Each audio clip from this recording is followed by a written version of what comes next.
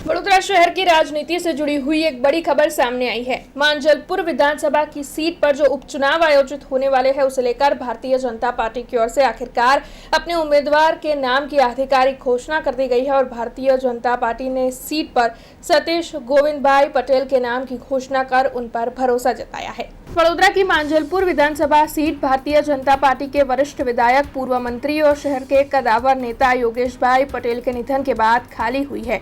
स्वर्गीय योगेश भाई पटेल ने इस सीट से लगातार 8 बार जीत दर्ज कर मांजलपुर को भारतीय जनता पार्टी का मजबूत गढ़ बनाया था।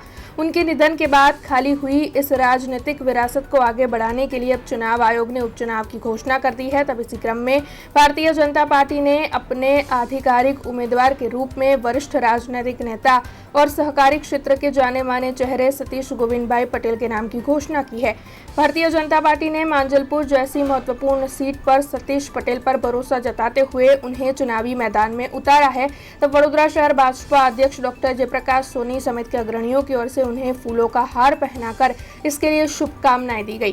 हालांकि अब सभी की निगाहें जो है इस उपचुनाव पर टिकी है, जहां भारतीय जनता पार्टी अपने मजबूत जनाधार को बरकरार रखने की कोशिश करेगी, जबकि विपक्ष भी इस मुकाबले को रोचक बनाने की तैयारी में जुटा हुआ है। विधानसभाની અત્યારે જે મને જવાબદારી આપી છે, અમારા કેન્દ્ર અને ગુજરાત પ્રદેશ શીર્ષ નેતૃત્વનો ખૂબ ખૂબ હૃદયપૂર્વક આભાર માનું છું। જે રીતે 32 વર્ષથી સંગઠનની અંદર મને એક પછી એક વારાફરતી મોટી જવાબદારી આપી અને સંગઠનમાં પણ જે જવાબદારી આપી છે એને મેં સંગઠન મોટું કરવા માટે જે મહેનત કરી અને જે મને બહોળો અનુભવ છે એના અનુસંધાને સ્ટેન્ડિંગનો ચેરમેન પણ બનાવ્યો હતો વડોદરા શહેરનો। એટલે વડોદરા શહેરમાં મને કામ કરવા માટે પણ મને પોતાને અનુભવ છે અને કામ બાબતે પણ મને પોતાને ખૂબ ઉત્સાહ છે। એટલે કામ કરવા માટે હું જે અધૂરા કામ છે એને પૂર્ણ કરીશ। हमसे जुड़े रहने के लिए हमारे YouTube चैनल को सब्सक्राइब करें और नई वीडियो की नोटिफिकेशन के लिए बेल आइकॉन को दबाएं।